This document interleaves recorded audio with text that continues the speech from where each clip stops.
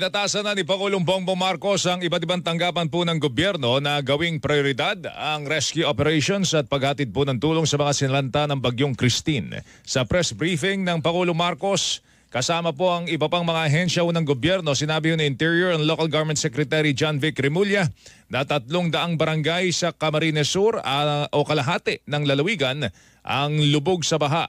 Ayon po sa Pangulo, hindi na niya ito pinagtaka dahil napakalaki ng binuhos na ulan nitong Bagyong Christine ito. Problem is that it is not such a strong storm, but the effects are very wide.